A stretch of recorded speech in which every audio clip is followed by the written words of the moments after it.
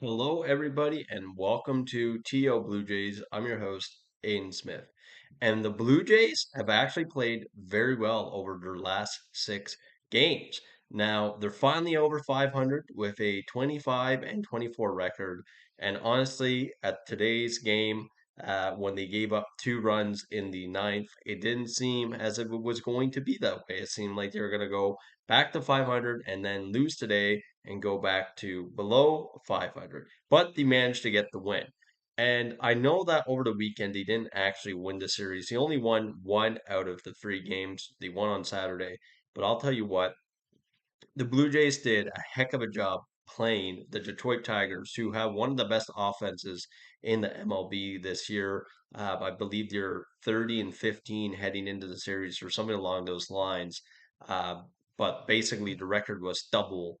Like they had double the wins than they did losses before coming into Toronto. And the Blue Jays pitched to them very, very well. And even the offense actually did fairly okay against that tough Detroit pitching. So that was a little bit surprising. I thought the Blue Jays for sure would have got smacked around by the Tigers, but they played very well. And then on Tuesday's game, Dylan Cease versus Chris Bassett, I honestly expected that the Blue Jays were going to lose that game, but they managed to win 3-0 and actually shut out the San Diego Padres. And then on top of that, not only did they win 3-0 on Tuesday's game, they actually won uh, 14-0 on Wednesday's game, so last night's game. Varsho hit a grand slam. Nathan Lucas with some RBIs. Jonathan Clase did okay. Addison Barter had a little bit of that run producing as well. Bo Bichette, basically the whole lineup got involved in some way.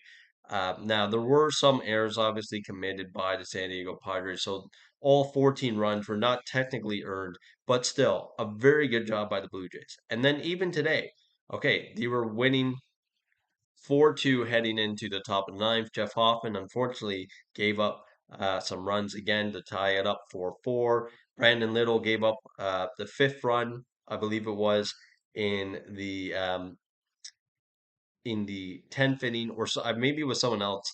I believe Brandon Little may have given up the sixth run in the 11th inning, rather, but I can't remember who pitched the 10th. But anyways, we ended up winning 7-6, and it was Nathan Lucas who got the game-winning hit. Varsho hit a triple in the top of the 11th, which scored, I believe it was Vlad, and then I believe Kirk didn't get a hit. Um, and I believe there was someone else. I can't quite remember. I was kind of just watching in the background. Um, but nonetheless, Nathan Lucas came up with the base hit that scored Varsho, who hit a triple.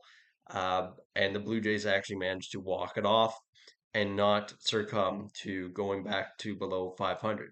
Now, the reason this is significant is because, again, they're actually above 500 for a change. But just the past 6 games, you look kind of more like a team we expected them to be. And I think it's partially Addison Barger coming up and kind of doing his thing. I think we got highlights of what he could do last year. Jonathan Clase had a very good game today as well.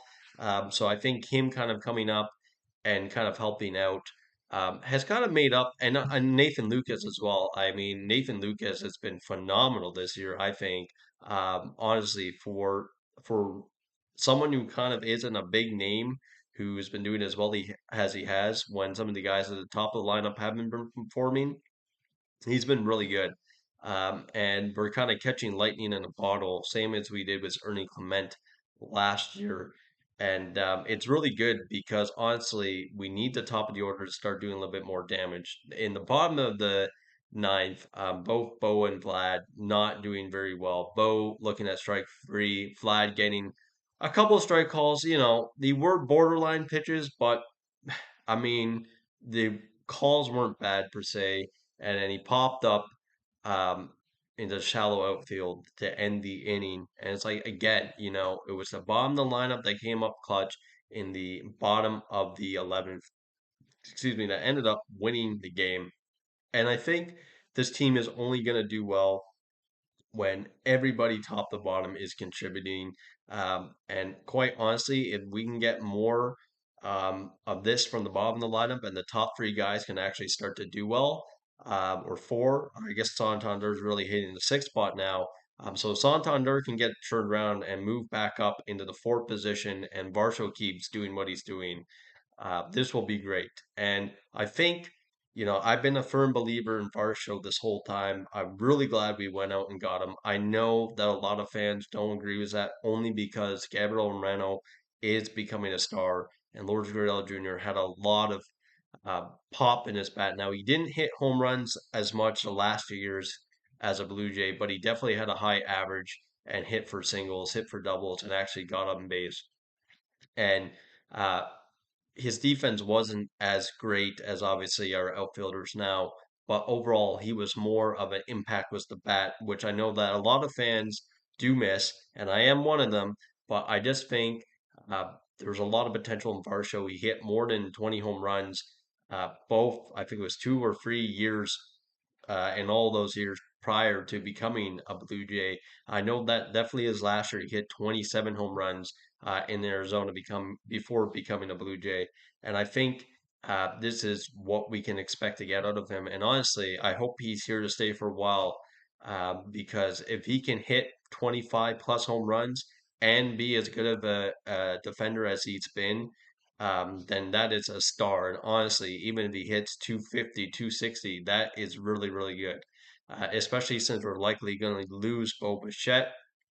But yeah, again, if we can get Varsho doing his thing, Santander kind of coming back to what we expected him to be, and the bottom of the lineup can keep contributing, whether it's Lucas, Clement, Barger, uh, Clase, Springer, even when he's in, it will be really good because those 2015 and 2016 teams, we really need those guys as well. Ben Revere, Michael Saunders, Devin Travis, not the power guys, but those guys had their roles to play and they did it very well. Even Justin Smoke, Deanna Navarro in 2015, I think before we got, or maybe his last year really was 2014. But everyone played their roles in those years. And that's what we need for this team to succeed because Vlad alone cannot do it. Now, on Tuesday's game, Vlad did hit a home run and Santander did hit a 2-run home run. That was the 3 runs that were scored in Tuesday's game. But overall, their power's been kind of sluggish, which is kind of funny, sluggish, describing their lack of power. But they have not had a lot of slug. Their performance has been sluggish, but hopefully, they can turn it around. Hopefully, Varsho can continue what he's doing, and hopefully, Bo Bichette can just continue to get on base, and hopefully, they can get it turned around. That when they're coming up in the bottom of the ninth, that they can actually win the game and not relying on the bottom six guys to win the game for them. So, thank you for watching to the end. I've been very busy lately. I know I haven't been posting as many videos. Uh, as frequently, and I've been doing a lot more shorts. But unfortunately, that's the way it is right now. But thank you so much for watching this video. Go Jays, go! See you in the next video.